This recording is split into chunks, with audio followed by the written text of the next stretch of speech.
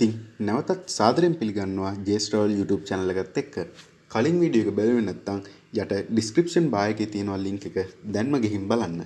සහ අපිව subscribe කරපු හැමෝටම බොහොම ස්තුතියි. හරි. කෙලින්ම වීඩියෝ එකට ගියොත් කලින් වීඩියෝ එකේ ඉතිරි කොටස කිව්වොත් අපි නිවැරදි. මොකද කලින් වීඩියෝ එකේ comment section එක බැලුවම ගොඩක් අයගේ ප්‍රශ්නේ උනේ දිගෑරියා වගේ නෙමෙයි කොහොමද මේක අකුලන්නේ කියලා. Has he offered to withdraw? Can they withdraw from the council? ඉතින් සරලවම කෙටියෙන්ම පෙන්නුවොත් මෙන්න මේ විදිහට තමයි ඔටෝමැටික් කැම්පින් ටෙන්ට් එකක් අකුලන්නේ.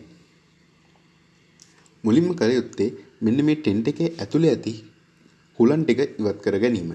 ඒකට ලේසිම ක්‍රමය තමයි එක පැත්තක දොරක් මෙන්න මේ විදිහට වසාගෙන අනිත් පැත්තේ දොර මෙන්න මේ වගේ භාගයක් පමණක් වසාගෙන ටෙන්ට් එක ඇතුලේ තියෙන හුලන් ටික ඉවත් කරගන්නවා.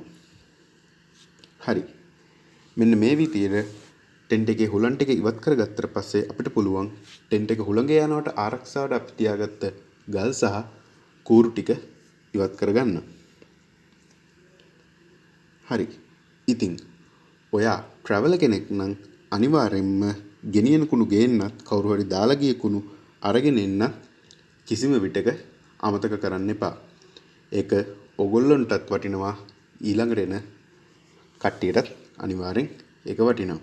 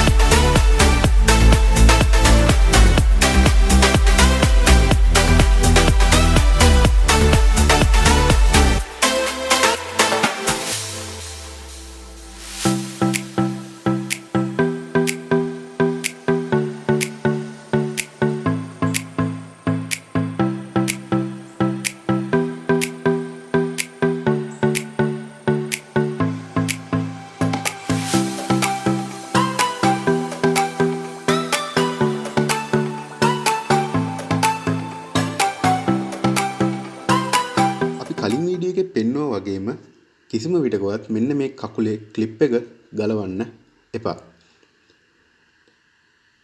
හරි. මෙන්න මේ විදිහට තමයි අපි ටෙන්ට් එක අකුලගන්නේ.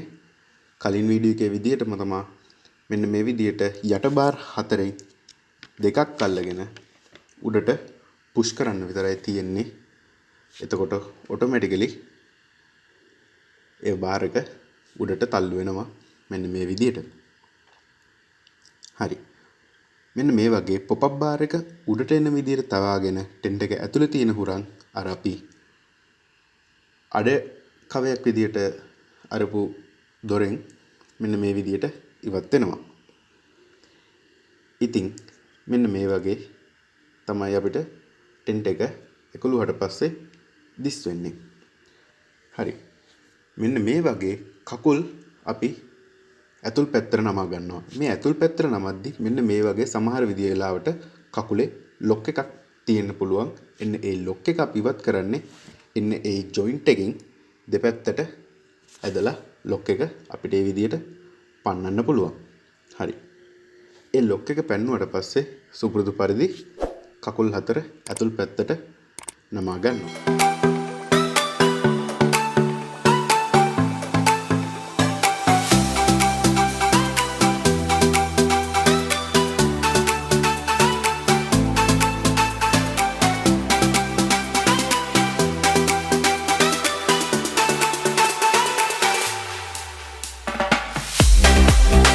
කකුල් හතර ඇතුල් පැත්තට නමා ගත්තට පස්සේ නැවතත් ඊළඟ නැමුම් පාර දිගේ පොප් අප් බාර් එකට අපි මෙන්න මේ විදියට ආයෙත් නමා ගන්නවා.